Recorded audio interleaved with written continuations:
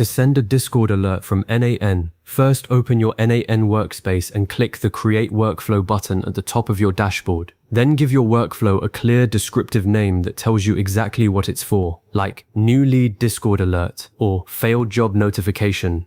This naming habit will save you time later when you're managing dozens of automations. Once you've named it, click into the empty workflow editor. That's your blank canvas where you'll build the automation step by step.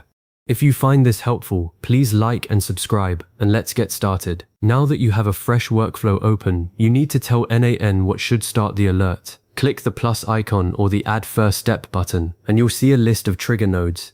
A trigger is simply the event that kicks off your entire automation. Without it, nothing happens. For Discord alerts, you have a few smart choices.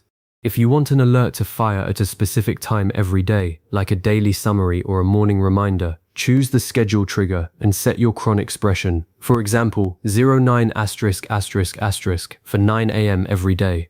If you need real-time alerts the moment something happens, like a new form submission or a failed payment, use a webhook trigger and copy the generated URL into whatever app you're monitoring. For testing right now, select the manual trigger. This lets you hit a button and see the alert fire immediately. Configure whatever trigger you choose, then click Test Step to confirm n8n receives the data you expect. For a manual trigger, you'll just see a small green panel showing you that the workflow started successfully. With your trigger in place, you've got the green light to add some optional but incredibly useful processing. Click the plus sign on the node you just added and search for a node like set or function. These processing nodes let you clean up the incoming data before it ever reaches Discord. For example, if your incoming data has fields like user_email and user_name, you can rename them to something cleaner like email and name using the set node, or you can combine fields into a single readable message. You can also add a filter node here to make sure only truly important events trigger an alert. This is the #1 way to avoid notification overload. Maybe you only want an alert if a sales deal is above $1,000, or if an error log contains the word critical. Configure that condition, then test this node too, so you can see exactly what data is about to be handed off to Discord. This step might feel optional, but it's where experienced users separate their valuable alerts from noisy spam. Now for the main event, the Discord node itself. Click the plus icon on your last processing node, search for Discord, and select the Discord node from the list. n8n gives you a few different operations here. For sending alerts, you'll almost always use the send message operation, which posts a standard text message to a channel. If you need to send rich embedded messages with colored borders and fields, you can switch to the send message embedded operation. But for this basic alert flow, stick with send message for simplicity. The first time you use this node, you'll need to set up credentials.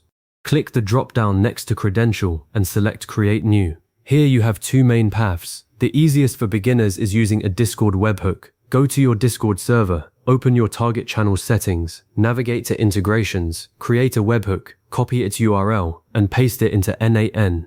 If you need more power, like sending DMs or managing members, set up a bot token through the Discord developer portal. For standard channel alerts, the webhook approach is faster and safer because the webhook URL only has permission to post in that one channel. Save your credentials, then select your server and channel from the drop-downs and click Test Node to confirm the connection works. You should see a green check mark and a test message appear in your Discord channel. With the connection confirmed, it's time to craft the actual alert message. In the Discord node's message field, type out what you want your notification to say. This is where you bring in dynamic data from your previous nodes by clicking the Add Expression button, the little curly braces button. For example, you could write a new lead has been submitted, then insert the field from your trigger or processing node that contains the lead's name and email. A well-structured alert might look like this. New order alert, n8n order hash, order ID, n8n, customer name, total, dollar, order total, n8n, action needed within 24 hours. Use \n to create line breaks for readability. Keep your messages short and action-oriented. The goal is to give someone enough context to take the next step without cluttering the channel. Avoid pasting raw JSON or huge data dumps. A common pitfall here is forgetting to test the message formatting. What looks right in a small input field can look messy in a live Discord chat. So once you've written your message, click the Execute Workflow button at the top of the editor.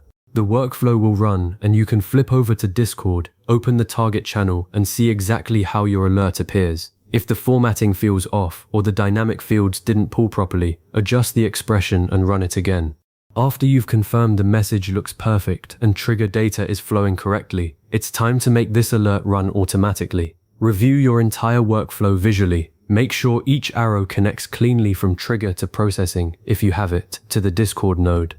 Double check that your credentials haven't expired and the channel still exists. Then run one final test to cover all your bases. Click the Save button, which you should already have been doing periodically, and then click the toggle switch at the top labeled Inactive to change it to active. That tiny switch is the difference between a test workflow and a live unattended automation.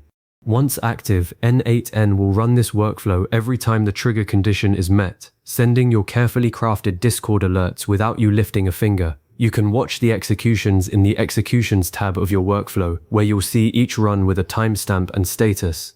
If an execution ever fails, you can click into it to see exactly which node errored and why. You've now successfully set up automated Discord alerts from n8n. This connection turns your workflows into a real-time notification hub, whether that's for system monitoring, sales updates, or team reminders. As you build more of these, remember to create dedicated channels for different alert types, a server alerts channel for uptime notifications, a sales opportunities channel for new leads, and a task completed channel for project updates. This keeps your Discord server organized and prevents any single channel from becoming a noisy fire hose. Also, consider checking your n8n execution history weekly to spot any failed runs early. If you found this guide valuable, save this video or bookmark these steps so you can quickly reference them next time you build an alert. Thanks for following along and enjoy your new hands-free notification system.